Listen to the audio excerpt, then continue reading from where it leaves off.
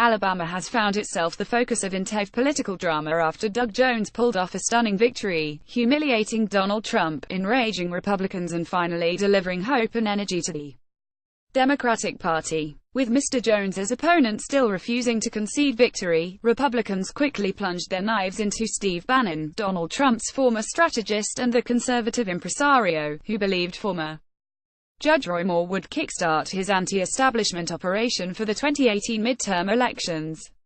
Mr. Trump, who had eventually endorsed Mr. Moore, despite the allegations of sexual abuse leveled at him. Accusations Mr. Moore denies, was forced to offer congratulations of sorts to the 63-year-old Democrat. The reason I originally endorsed Luther Strange and his numbers went up mightily is that I said Roy Moore will not be able to win the general election.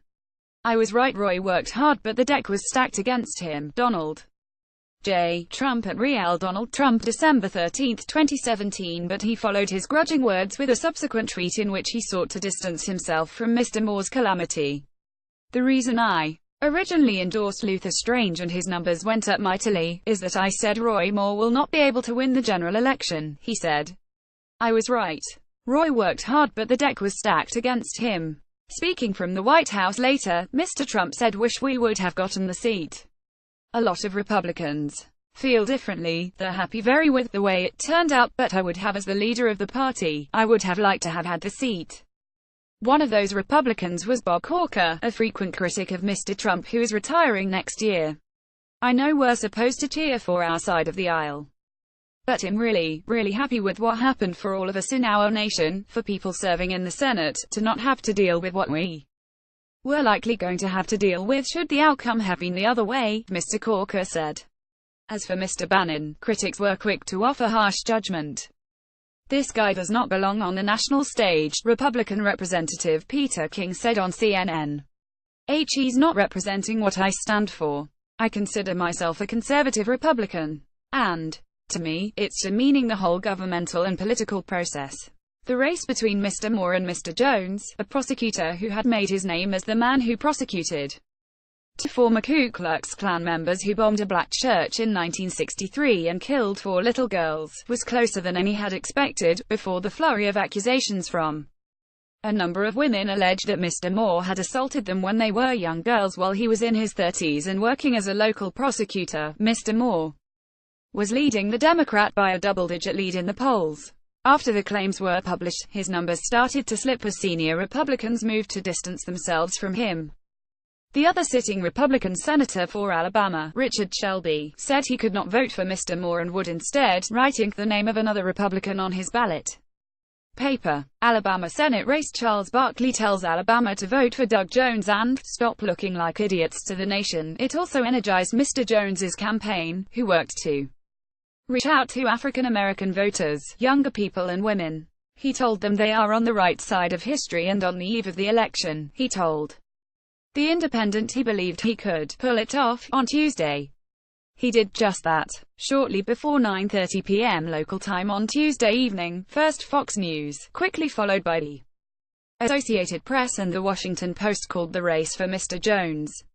A final tally of votes showed Mr. Jones had won 671,151 votes to Mr. Moore's 650,436, giving the Democrat a 49.948.4 victory. The reporter from the Washington Post, whose newspaper had broken the allegations of sexual assault against Mr. Moore, was refused press credentials for the election night rally, even though journalists were being allowed in without their passes being checked. Speaking in Birmingham, Mr. Jones thanked his supporters and reminded them he was also celebrating his 25th wedding anniversary. At the same time, supporters of Mr. Moore were praying and singing religious songs in the hall they had hired in Montgomery, expecting to be celebrating a win. A key part of Mr. Jones's victory appears to have been the turnout of African American women. Exit poll data suggests they made up 18% of the vote, and approximately 97% of their support went to Mr. Jones. This compared to 65% of white women, who made up 30% of voters, opting for Mr. Moore. "I have always believed that the people of Alabama have more in common than divides us," Mr. Jones told supporters. "We have shown not just around the state of Alabama, but we have shown the country the way that we can be unified. He added, this entire race has been about dignity and respect. Mr. Jones's win will undoubtedly give heart to Democrats and critics of Mr. Trump.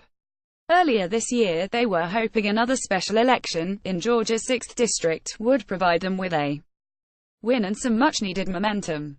Mr. Moore asked people to pray to God and come back in the morning. Getty as it was, despite a media frenzy, Jon Ossoff failed to beat Republican Karen Handel.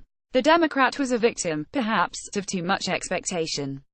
Hillary Clinton was quick to congratulate Mr. Jones and said his victory showed Democrats could win anywhere. But it may not be that simple. Not every candidate the Democrats will be facing in 2018 will be confronting accusations of sexual assault.